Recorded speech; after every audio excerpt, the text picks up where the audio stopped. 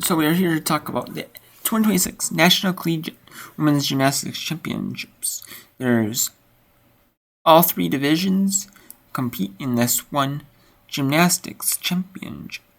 However, you normally never see schools from Division 2 or Division 3 in here, even though it is a national collegiate, even though it's all divisions. And the reason of that is the top teams get the top talent, or they get the most exposure on TV, the best recruits, You see, like, non-Division 1 schools, they compete, but they're not, like, national championship contenders ever. But some of them, they may compete in, like, secondary championships. Like secondary championship meets. Like, secondary championships aren't the NCAAs,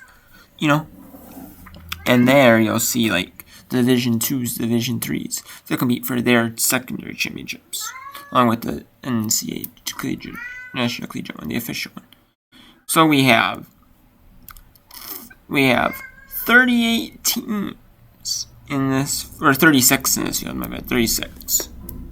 We have the first round starts April 1st through the 2nd, which is on next week, Wednesday and Thursday. Then the second round will be that Thursday and Friday. And then you have the regional final on the 4th and the 5th. Either or, depending on when your second round, your first round was. Your first round is your second round is the next day after the first round. Then you have the regional final a day off.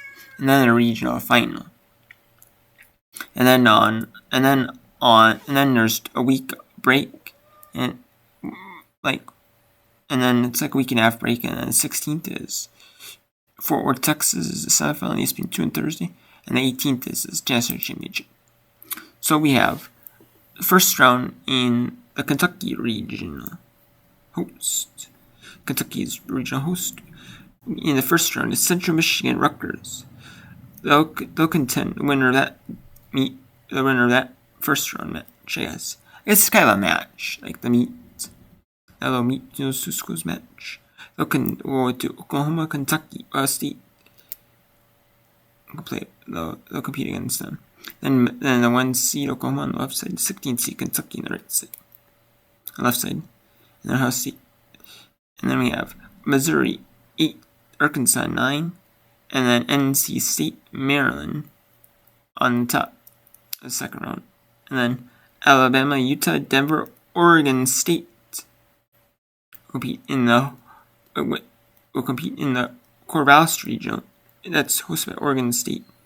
And then UCLA, the number 5 seed, Tosa, Utah, who are playing in top 1. And then number 4 UCLA, number 13 Minnesota, and Iowa are competing in the second round match. They're taking on this host, one of the teams that first round meets. San Jose State or Washington winner will compete. UCLA, Minnesota, Iowa. And then we have Stanford. And then on the right side, we have Stanford, number 7, Michigan, number 10, North Carolina, Utah State, and then Air Force and Nebraska, and that's the second round. And Air Force, Nebraska is the first round match. There it's in Baton Rouge regional. The hosts Clemson, Auburn, and the winner of Air Force and Nebraska in the second round. Then Georgia, number 6, Georgia. LSU, number 2, Clemson, number 15. I guess there are 16 C teams out in this whole thing. We have on the right side, we have number 6, Georgia, number 11, Michigan, BYU, Southern Utah in the second round match. And then Arizona State's hosting the regional. They host Arizona in the first round. And then Arizona State, they'll host Florida, California, Penn State, and the winner of Arizona State, Arizona, in the first round of the NCAA National Collegiate Women's Gymnastics Championships for 2026. So that's your official bracket. First round matches are April 1st or April 2nd, with the second round being April 2nd or the 3rd, and then the regional final with the day off, after a day off, is on the 4th or the 5th. And then both semifinals will be on ESPN2 in Fort Texas. And the national championship is on ABC. Before, it used to be where you had the 2 semifinals for the National Collegiate Women's Gymnastics Championships on ESPN2. And then the national championship would be on ESPN2 as well. But now they have moved it to ABC, the national championship, which is awesome. That's awesome. They also have like one of the sessions of like the Sprout Swimmers Mark Classic, like the gymnastics meet, big one on ABC. So some huge gymnastics meets are there. Not like the single ones like Friday nights or something like that, but like the ones over the weekends, like the quads ones, like Saturday, Sundays.